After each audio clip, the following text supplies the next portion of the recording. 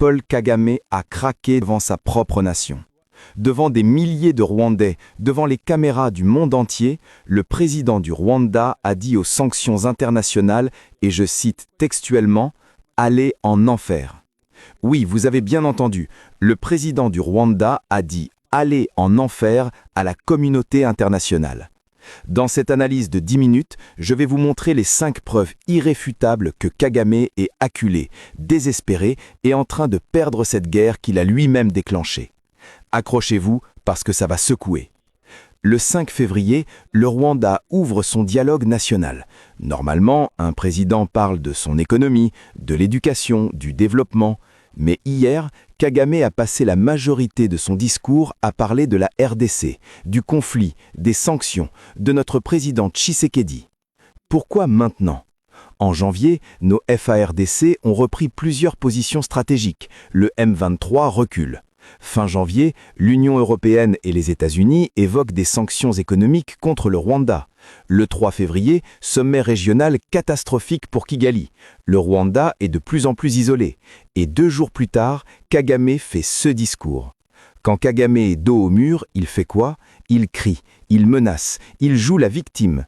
Kagame a déclaré, je cite, « La quantité de menaces auxquelles nous sommes confrontés, parfois on se sent étouffé, mais je préfère m'étouffer en défiant ces menaces et en vous disant d'aller en enfer. » Aller en enfer. Est-ce que vous imaginez le président Macron dire « aller en enfer » à l'Union européenne ? Est-ce que vous imaginez notre président Tshisekedi, même face aux pires provocations, dire « aller en enfer » ? Non, jamais, parce qu'un leader qui contrôle la situation ne parle jamais comme ça. Ce langage violent, c'est le langage de quelqu'un qui est coincé, quelqu'un qui n'a plus d'arguments diplomatiques, quelqu'un qui sait que le monde commence à voir la vérité. Quand un homme perd son calme en public, c'est qu'il a déjà perdu la bataille en privé. Première preuve, il a perdu le contrôle. Kagame déclare, je cite, « Cet homme Tshisekedi qui se tient là insulte les gens et profère des menaces. Quand on traite un pays ou un président comme un enfant gâté, il n'y a jamais de reproche. » Kagame traite notre président d'enfant gâté. L'homme qui envahit un pays voisin traite la victime d'enfant gâté. L'homme qui pille nos ressources traite celui qui défend son territoire d'enfant gâté. Pourquoi cette rage ? Je vais vous le dire. Parce que Tshisekedi est en train de gagner la bataille diplomatique et ça terrifie Kagame. Pendant 20 ans, Kagame a manipulé la communauté internationale. Il se présentait comme le leader visionnaire. Et la RDC, un pays faible, divisé, incapable. Mais aujourd'hui, cette narrative s'effondre. Tshisekedi a mobilisé la communauté internationale. Il a présenté les preuves devant l'ONU. Il a réuni les pays africains autour de la vérité. Pour la première fois, la RDC n'est plus isolée. Pour la première fois, c'est le Rwanda qui est isolé. L'Union européenne parle de sanctions contre le Rwanda. Les États-Unis parlent de sanctions contre le Rwanda. L'Union africaine commence à comprendre. Cette victoire diplomatique, c'est l'œuvre de Tshisekedi, et Kagame le sait. Cette attaque personnelle est un signe de jalousie, la jalousie d'un homme qui voit son empire de mensonges s'effondrer. Deuxième preuve, Tshisekedi l'a brisé diplomatiquement. Kagame répond aux accusations de pillage en disant « Si nous étions en RDC pour les minerais, le Rwanda serait 100 fois plus riche. » Attendez, il dit qu'il n'est pas là pour les minerais ? Les faits, le Rwanda exporte chaque année des milliers de tonnes de coltan, de cassitérite, d'or. Mais le sous-sol rwandais ne contient pas ces quantités. C'est géologiquement impossible. Les rapports de l'ONU le confirment. Le Rwanda exporte 80% de minerais plus que ce qu'il produit. D'où viennent ces minerais ? Du Congo, de l'est de la RDC, des zones contrôlées par le M23. Il y a des images satellites de camions transportant des minerais vers le Rwanda. Il y a des témoignages de mineurs congolais forcés de travailler pour Kigali. Il y a des documents de transactions qui prouvent le blanchiment. Ce sont des preuves, pas des théories. Des preuves documentées par des organisations internationales. Et Kagame ose dire qu'il n'est pas là pour les minerais ? Ce mensonge est tellement flagrant qu'il insulte notre intelligence. Troisième preuve, il ment sur l'évidence même. Écoutez bien cette phrase de Kagame.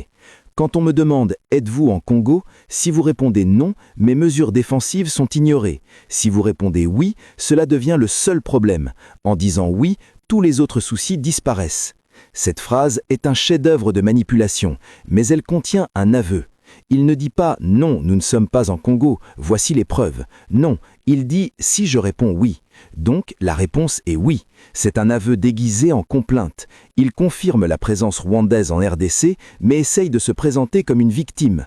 Si le Rwanda est en RDC, c'est une violation de notre souveraineté, c'est une violation du droit international, c'est un acte d'agression. Et Kagame veut qu'on le plaigne? C'est comme un cambrioleur qui se plaint qu'on l'accuse de vol après l'avoir trouvé dans la maison. Quatrième preuve, il avoue tout en jouant la victime. Maintenant, mes frères, mes sœurs congolais, la dernière preuve, la plus importante. Ce discours de Kagame, avec toute sa colère, toute sa frustration, est en réalité une victoire pour nous. Pourquoi? Parce qu'un homme qui gagne ne se comporte jamais comme ça. Un agresseur qui réussit ne fait pas ce discours désespéré. La vérité, le Rwanda est en train de perdre sur tous les fronts.